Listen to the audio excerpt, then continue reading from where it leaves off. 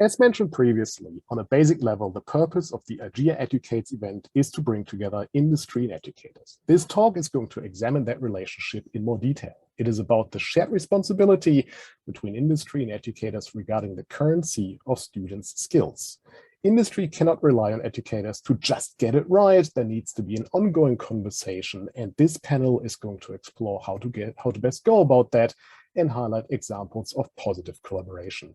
To that end, I'm joined today by James Marshall from CDW Studios, Daunt, Department Coordinator of Games at SAE Creative Media Institute, Ryan McMahon from PlaySide Studios, and Kayla Panozzo from Wargaming. So before I start with the questions, could you please introduce yourself? James, let's start with you. Yeah, hi, I'm James Marshall from CDW Studios, where I'm head of studio. I'm also managing director of Golden Age Studios, which is a game development company. CDW Studios is partnered with Flinders University to do the technical skills training for their bachelor's degree, particularly around animation, 3D animation and concept design. Cool, thank you. Faye, over to you. Hi, as previously mentioned, my name is Daunt, and I am the department coordinator for games here at Melbourne SAE. On the side, I am obsessed with doing too many personal and side projects. I lead a small games company. I work for a lot of little open source projects, and generally, I'm just really enthusiastic at the idea of learning new things and sharing that with everyone around me. Thank you so much, Faye. Ryan? Hello, I'm Ryan McMahon, and I'm the art director at PlaySide Studios, as well as currently the game director on Age of Darkness. On the side, I also run an online art community called ArtQuest, which is for Australian game artists, Australian and New Zealand game artists to join and collaborate and learn from one another. Fantastic, thank you. And last but certainly not least, Kayla. Hi, I'm Kayla. I'm a software engineering manager at Wargaming. And on the side, I'm passionate about trying to get more females into software engineering and also the gaming industry. All right, well, fantastic. Thank you so much for the intros. James, let's start with you. You're on both sides of the fence. You run a game studio, you work in education. Where do you see the roles of educators in industry within this conversation? What do educators need to do to ensure the currency of skills, but also what is the industry's responsibility? Yeah, thanks. It's an interesting question. I think it's particularly difficult for educators to stay completely up to date with the latest in technology, the latest skill sets, the latest art trends. So I think educators should back away from the technical skills training side of things a little bit and focus more on helping students find those things themselves. Particularly knowing how diverse most student cohorts are, it's quite rare that you'll have a whole bunch of just 3D animators who really into, you know, cel-shaded Unreal animation, for example. So I think looking at what the industry is doing, talking to the industry, engaging with the industry, there is a huge demand in the industry for skilled talent. So if you find out what studios you have locally and just reach out and ask people to give you advice, the industry is usually very happy to engage. And then from the industry side of things, you really need to allow for that gap that will therefore exist. Every studio has their own pipeline, their own tools, their own way of working and their own culture. And just acknowledging that and allowing time for your juniors to onboard successfully is probably the most successful strategy for both sides. Okay, thank you. I mean, Faye, from an educator's perspective, you work in a leading role at SAE's games program. Do you share those views? Do you have any examples of positive industry engagement? But also, where do you see an opportunity for industry to potentially step up? It's, you know, James has kind of hit it right there with, you know, the constantly evolving landscape that games are made in. We've started moving towards the idea of, instead of sitting there and being like, okay, we're learning just the latest version of Unreal or whatever it happens to be, we've started taking our teaching towards the idea of teaching them how to learn those skills themselves and being that support network to help them along, because it seems to get the best result and helps them when they get to industry and they find a studio with a different pipeline to what they're used to. They can adapt to it quickly. Like, that's really something that we found has been helping a lot. So yeah, James is dead right there. One of the biggest problems that we have with that jump to industry, however, kind of comes twofold. Part of it is there is a general sense, a general kind of feeling and perception about students, like game students in particular. A lot of them can be very loud and very enthusiastic. I know that there are meetups which are inundated with really excited, passionate students. And it kind of makes it hard to get studios really excited about the idea of our students integrating with them in any way. And the biggest place that this causes problems is things like internships, right? We actually had a really nice integration with IGEA through the arcade program where we had students in Capstone basically having a small studio in the arcade and kind of networking with all of the people there. And the thing that made the difference for them, and it was an amazing difference, it wasn't so much, you know, being just at a professional studio situation like we kind of traditionally expect an internship to be. It was about having a place to network and connect with people on a similar level. Like that was the key. And that was fantastic. But as soon as it kind of ended, we have trouble again finding spaces, you know, internships, kind of industry nights, places where students can make those fundamental connections, which will mean that when they jump into industry, they have people to talk to and they have, you know, possibility for mentorships and all of that. Ultimately, it would be amazing if a lot more local companies had something that we could suggest students for and treat individual students as individuals who might jump in and help with QA or something, instead of it kind of being a role to fill. Ultimately, mentorships would be absolutely amazing, but it's a lot to ask any individual company. So it's a bit of a difficult one to solve there. And so with the arcade, I guess that was that meaningful embedment within, you know, very much an industry context. Yeah, it was absolutely fantastic to see not just students making those connections, but like we had Capstone students who had made, you know, friends with people at the arcade and people through the SMART program who then were doing things like voice acting for their Capstone. And they were like, oh, I'm so excited by the idea that we talked about over lunch. Yeah, I'll come help out. Those meaningful connections were just huge for them. And that's kind of something that we need to find that middle ground for between like direct industry and direct education. Yeah, good point. Ryan, as someone who is deeply embedded in the industry, what's your take on that? And, you know, what are your reviews given the things that you just heard in terms of, you know, there's the difficulty with catching up with the ever-evolving skills? How does that work for you from an industry perspective? There's a mute button. Here we go. It's tough. There's a lot to cover off there. The big thing there, obviously, is keeping up with all the different studios and how they like to work their pipelines, and the ever-evolving skill sets is impossible to tick all those boxes, right? So the alternatives around teaching students how to learn these things themselves and how to explore the pathways themselves is absolutely correct. That's the best way to go about it. But the gap I see there is, how do those students know what to explore based on the studios they want to work for, right? So how do they know what pipeline they should be teaching themselves, or what workflows or tools they need to know to go into certain studios, and where do they make that connection? That kind of goes into what Faye was just talking about around building those connections at networking events, or by going to the arcade and talking to those mentor figures.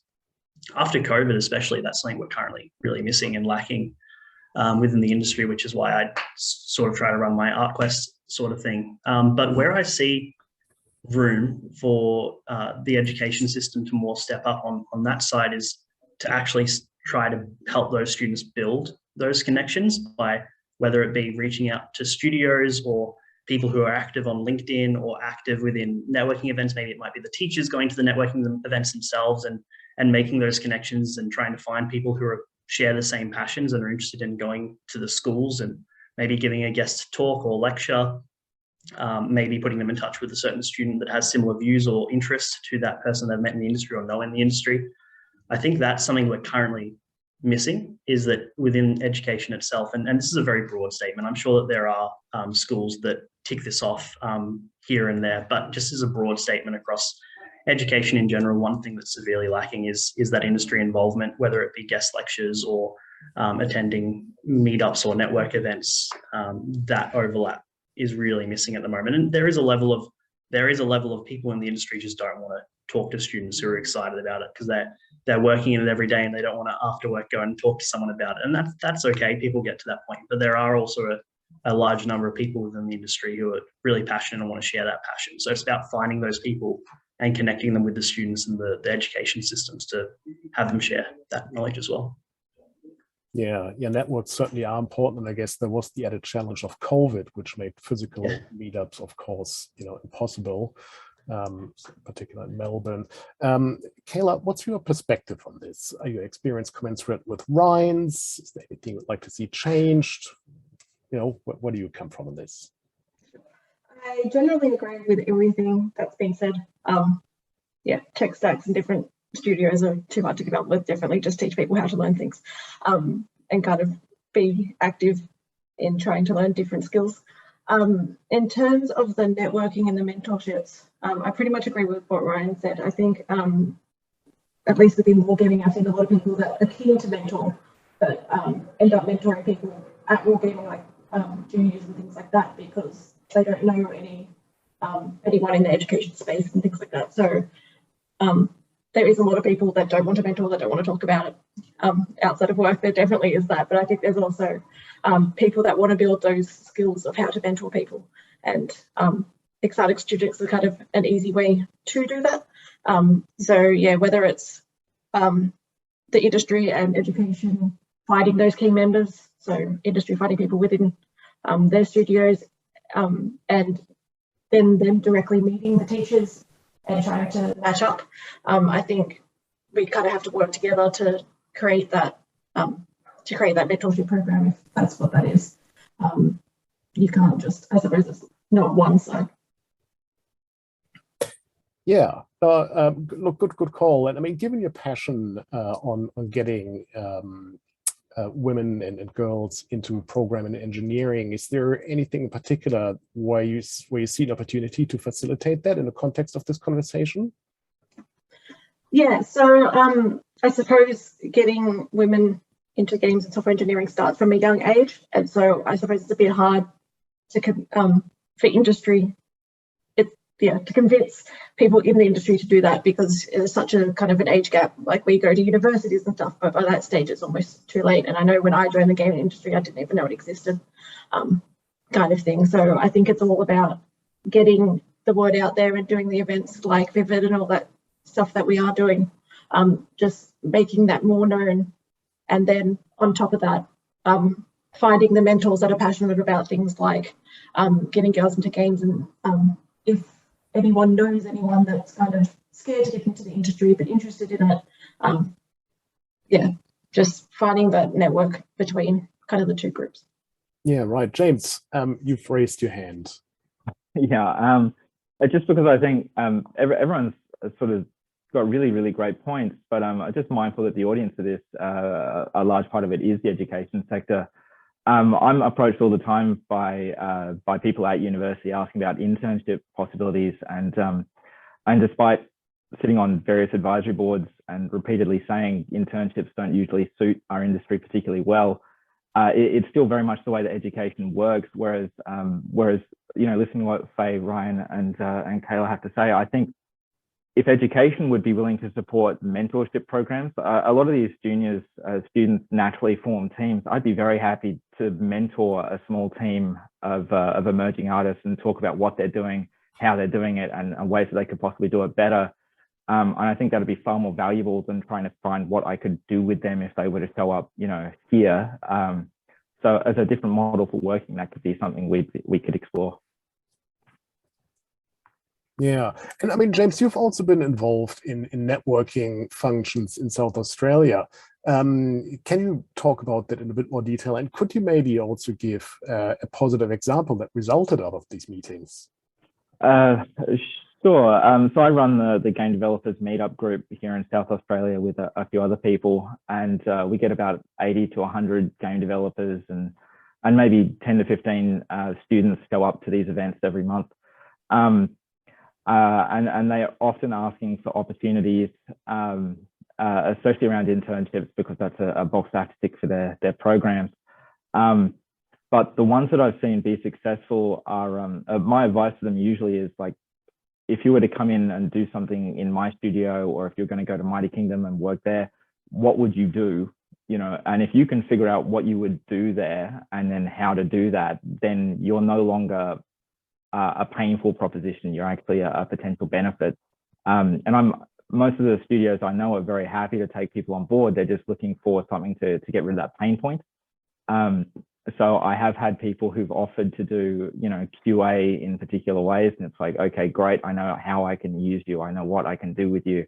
And those people are the ones that tend to get through that initial, you know, ice breaking phase, and then they become part of the fabric. And before you know it, they're either on payroll or you've recommended them to go somewhere else. Faye.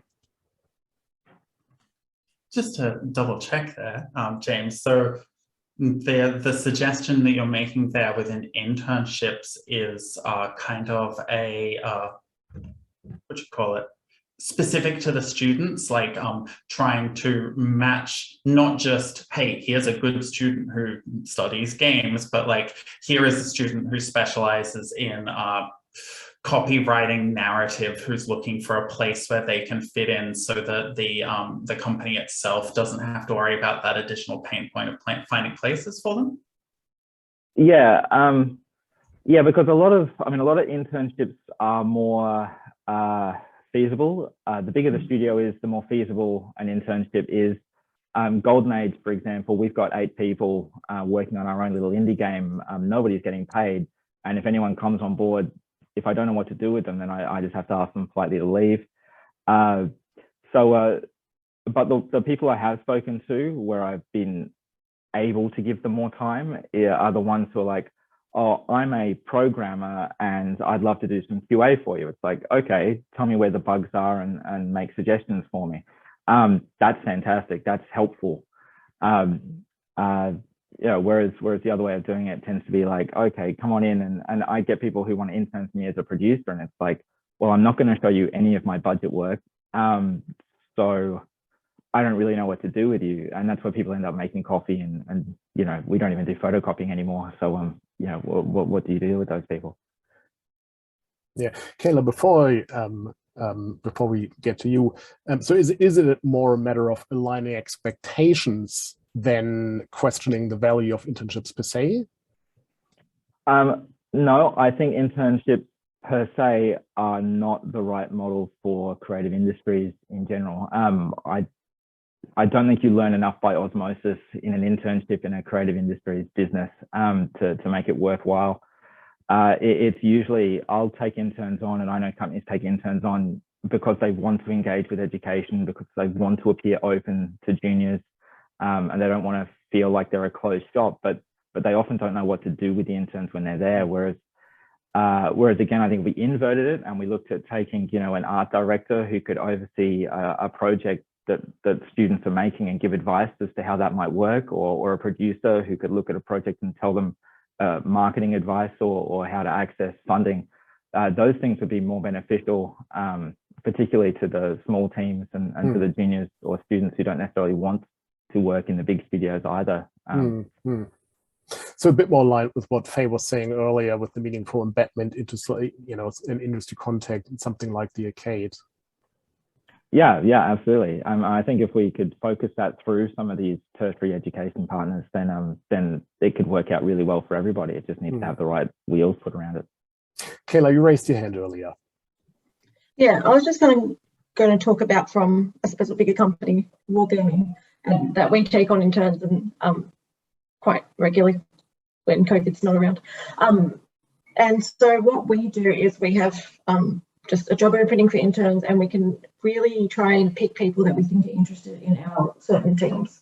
And so our interns are just juniors in our teams that just work as juniors, and that's really beneficial. But I know for a small company, you can't exactly do that. So I agree with what James is saying, that really finding kind of what they like and what they can actually do is really helpful, because that's pretty much, as a big company, what we do. We just do it the opposite way kind of thing, because we have more resources to do so. Ryan, does that mirror your experience as well, given that you work in a larger studio? No, we don't actually do interns. It's something we talk about a lot. It's something we're still talking about a lot, about how do we integrate some sort of training program into the studio, because we've gone through massive growth over the past couple of years. We've gone from 60, 70 people to now about 160, and probably by the time everyone's seeing this, even more. But yeah, after going through that large growth phase, we're still trying to work out how, the teams we've built integrate into the studio, let alone having students come in. So we're trying to work out how that could work, and also talking about a lot about what James said about how does that actually provide a benefit to those students, because most of the time when people hear internship, and from a student perspective, like, they hear opportunity to get foot in the door and get a job, right? Like that's the whole point of getting an internship. Whereas how do we turn these internships into better training programs is kind of the discussion we've got going on in our studio at the moment, rather than it just being like, let's say internship comes in, one person wants to be an artist, one person wants to be a programmer, one person wants to be a designer, but they're all doing the same internship. They're all doing QA just as their internship program, right? And that tends to be the way it goes, from what I've heard and experiences I've seen in the past at a lot of bigger studios, is that, everyone kind of falls into the same program, but their pathway they're working towards is outside of that. So that's kind of what we're talking about at the moment, is how do we create a program that supports pathways rather than just a typical internship. And that goes back to the mentorship program sort of thing. And speaking of mentorships as well, for a lot of people who would be watching, a lot of these mentors are already out there, and it's just about finding them and directing people towards them. There's mentorship programs, some that are free, some that are paid, but they're all very worthwhile looking into as well. Yeah, thank you. I mean, one thing, listening to what you're saying here in terms of, engaging students, doing that in a meaningful way, and the advantages of a co-working space, other ways to potentially also do that remotely, given that not, every location may have access to something like the Arcade or Game Plus or similar co-working spaces where you can facilitate these meaningful interactions. Is there an opportunity to also, do this virtually? Yes. Discord. Discord is the future of community, I think. That's what I run ArtQuest on at the moment, and it's essentially it's becoming a mentorship program for artists within the local industry, and that's all through Discord. There's other Discord communities that are forming up as well, and it's a great place for people to connect and share what they're working on. And I think that those kinds of communities are going to be the future, and currently are the way of making those connections. And it was always a thing, but it's become a bigger thing over COVID and lockdown and everyone being stuck inside. So finding those communities and people who run those communities, making them more accessible and visible, is really going to be a good way to create that kind of system, but online. And do you also see it as an opportunity to scale, given that, there may only be so many mentors or so many people in the relatively small, still Australian industry that, are able to make themselves available? Yeah, I mean, it comes down to people who run it wanting to put in that involvement, but the ability to set up roles and private chats and groups and voice chats, and they're only adding more features like built-in events and AMAs and things like that into Discord. So that is all going to play into, creating some online community, which is kind of what I've done there. But anyone being able to create an online community for whatever area they want to focus on, starting it off by getting industry members who are interested involved, building it out that way, then introducing it to students, those students coming in, learning from industry, sharing their work, eventually forming relationships that slowly become that relationship between mentor and mentee, and then using the voice chat or even text chat through that Discord to share work and leave a trail of progress, all that fun stuff. Yeah, right. Faye and James, I see you nodding along. I mean, is that something you agree with? Is that something where you see potential? Is that do you feel that it builds the type of engagement that students need? Also, I'm also saying with a view to some of them, maybe being a bit younger, they just started, and do you think they see value in that engagement? I was honestly thinking along how that works after James talking about the mentorship idea as well. We have dabbled with some ideas, like there's occasionally a couple of companies that we have done kind of mentorship internship kind of situations where they have a platform and the students kind of build something for that platform as a smaller team with someone then doing mentorship on that project. And it's always a very interesting thing because ultimately what the students want out of that mentor internship situation is they want to form those industry connections, right? It's not usually so much about them building industry skills immediately. It's about them trying to create that connection, almost like what Ryan was saying there about like creating the connection through a Discord that eventually becomes a mentorship thing.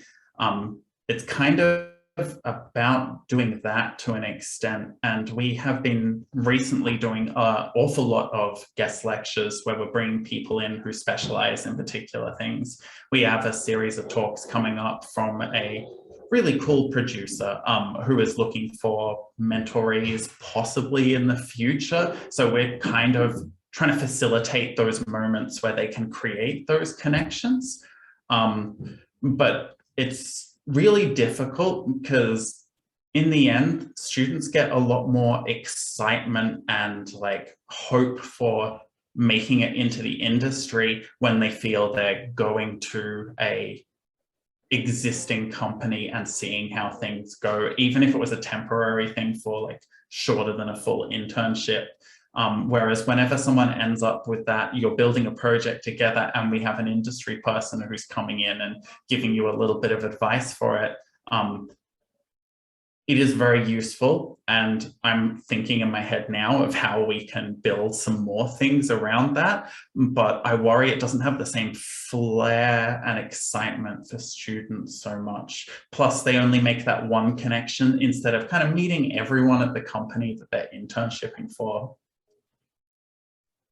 Yeah, and I guess the challenge, or one of the challenges may be also that, the onboarding to a studio's culture, may not be as easy. Wargaming, for example, did not accept any interns during COVID. And Kayla, was that one of the reasons that you felt that the onboarding was more challenging, that the integration of the student was more challenging? Yeah, in general. Yeah, we had a bunch of internships cancelled just because of certain reasons and lockdowns and things like that. And my team definitely benefits from having interns, and it's just someone to come in with a different perspective. And I know the interns really like meeting everyone, understanding culture, understanding what it's like to actually work in the industry, and given they get to work on a real project, not just an intern project, they get excited and they know that even if they don't get a job after the internship, they've worked on something that will actually get published and pushed into a game. And I guess on the other hand, Ryan, with you utilizing Discord, I suppose it's also a matter of really putting effort into that to create that engagement, not just a matter of putting the channel up and then the people and things go its way. There needs to be constant monitoring, there needs to be engagement, there needs to be probing, and so on, to also sort of build a sense of virtual culture. Am I correct in that? Yeah, it's pretty involved. So it's really important to find people who have the passion to get it up and running. So yeah, it's a bit of work to get it running, but it's worthwhile investment, I think. All right. Looking at the time, I think we're sort of coming to the tail end of the discussion. So allow me to summarize. Internships can be challenging, even though in some studios they're, they have their place and there is positive engagement there, wargaming being an example. But on the other hand, they might not always meet the needs of the students or the industry, which may be better met by means of something like a mentorship, but then also embedding students directly into the work culture through something like co-working spaces. But then again, it's also worthwhile thinking about creating that culture and that environment virtually through such tools as Discord, which, if you were to consider that, will take a lot of work. Is that a sort of a fair summary? Is there anything else that you wanted to add? Anything where you feel that we have neglected? All right. No. Okay, well, I guess that brings us to the natural end of this. Thank you so much, Kayla, James, Ryan, and Faye. Really appreciate it. And yeah, thank you so much.